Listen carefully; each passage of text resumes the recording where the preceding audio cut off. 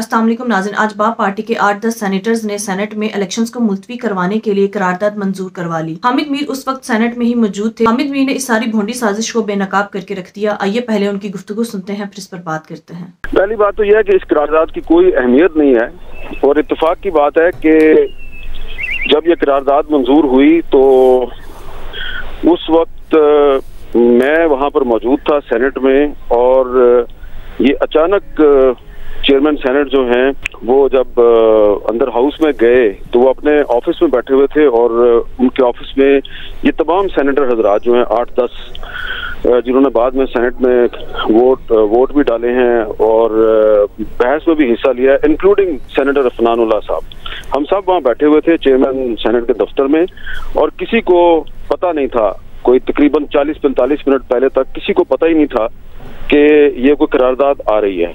और जो प्रिंस उमर साहब हैं वो मुझे बता रहे थे कि उनके कागज मंजूर हो गए हैं और वो इलेक्शन की तैयारी कर रहे हैं। जो सेनेटर मंजूर काकड़ साहब हैं जिन्होंने इस करारदाद की हमायत की है, वो भी बता रहे थे कि वो NA 262 से इलेक्शन की तैयारी कर रहे हैं। और जो वहाँ पर एक माइनॉरिटी के सेनेटर बैठे हुए थे, सिर्फ वो खामोश थे, बाकी सारे जो हैं वो बड़े एक्साइटेड लग रहे थे कि हम इलेक्शन की तैयारी कर रहे हैं। और खुद चेयरमैन सेनेट सादिक सजरानी साहब ने मुझे बताया कि उनकी जो पार्टी है बलोचिस्तान अवामी पार्टी, उसने बलोचिस्तान में सूबाई असम्बली की 35 टिकटें जारी कर दी हैं। अच्छा, वो काउंटिंग भी कर रहे थे किसके कितने वोट होंगे, किसकी कितनी सीटें आएंगी। तो बिल्कुल वहाँ पे कोई ऐसा शायबा तक नजर नहीं आ रहा था कि अभी ये थोड़ी देर में जाके तो हाउस में कोई करारदाद मंजूर करेंगे। और उसके बाद फिर अचानक चेयरमैन साहब जो हैं वो हाउस में चले गए और फिर जो ये सारे बैठे हुए थे उनके ऑफिस में मंजूर काकड़ साहब, प्रिंस उमर साहब, ये इन सब का ताल्लुक BAP से है, तो और बैरमन तंगी साहब भी वहीं बैठे हुए थे, पीपल्स पार्टी के सेनेटर। तो ये हाउस में चले गए और आनंद फानन करारदाद वहां पे पेश हुई और वो मंजूर हो गई। तो अब आप खुद अंदाजा लगाएं कि हाउस में टोटल 14 सेनेटर थे, उनमें से भी जो 2 सेनेटर हैं, एक अफनानुल्लाह साहब, उन्होंने इसकी मुखालफत की है, और एक थे जो बैरमन तंगी साहब, उन्होंने खामोशी इख्तियार की है क्योंकि पता ही किसी को नहीं था।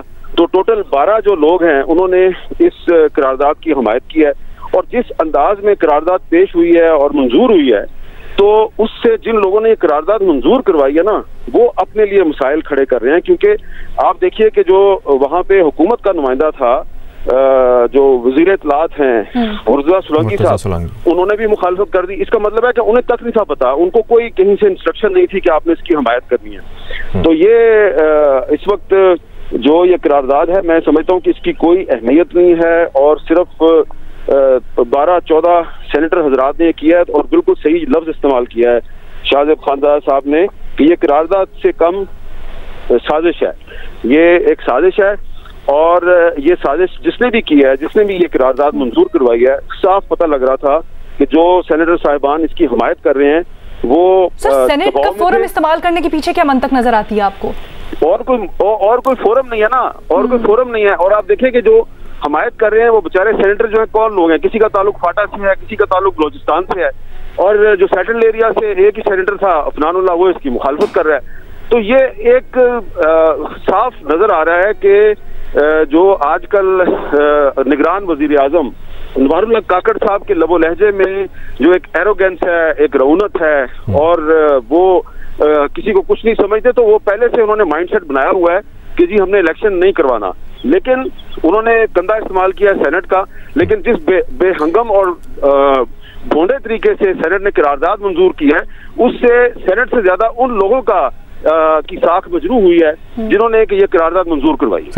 नाज़रीन, सुप्रीम कोर्ट की तरफ से बड़ा क्लियर मौक़िफ़ आ चुका है और ये पत्थर पर लकीर है कि पाकिस्तान में इलेक्शंस 8 फरवरी को ही होंगे। इस पर इलेक्शन कमीशन ने शेड्यूल B जारी कर दिया है। तमाम पार्टीज अब इलेक्शंस की तैयारी कर रही हैं। पहले नून लीग इलेक्शन से राह फरार इख्तियार कर रही थी, लेकिन सुप्रीम कोर्ट का क्लियर मौक़िफ़ आने के बाद नून लीग और पीपल्स पार्टी ने भी इलेक्शंस की तैयारियां शुरू कर दी हैं। हालांकि नून लीग के सेनेटर अफनानुल्लाह और PTI और पीपल्स पार्टी के सेनेटर्स ने भी इस करारदाद की मुखालिफत की। जबकि बाप पार्टी के 8-10 लोगों ने सेनेट में बैठकर करारदाद पास कर ली। हम सब जानते हैं कि एक ही पार्टी के चंद लोग मिलकर इस तरह अगर करारदाद पास कर लें तो इसकी कोई वक़्त नहीं होती। नाज़रीन, ये सिर्फ एक साजिश है क्योंकि 8-10 लोग किसी एक पार्टी के मिलकर इस तरह करारदाद पास नहीं कर सकते। अब बाप पार्टी के जरिए इलेक्शन मुलतवी करवाने की एक और साजिश सामने आ गई है। नाज़रीन, ये कौन लोग हैं जो सुप्रीम कोर्ट के वाज़ेह हुक्म के बावजूद इलेक्शंस को मुलतवी करवाना चाहते हैं? एक तरफ सुप्रीम कोर्ट का वाज़ेह हुक्म आ चुका है कि 8 फरवरी को हर सूरत में इलेक्शंस होंगे, जबकि दूसरी तरफ इस तरह की भोंडी साजिश करने वाले लोग जो चाहते हैं कि इलेक्शंस को मुलतवी करवा दिया जाए और इंतखाबात ना हो सके, क्योंकि ये जानते हैं कि अगर इलेक्शंस हुए तो इनका सियासी जनाजा उठेगा।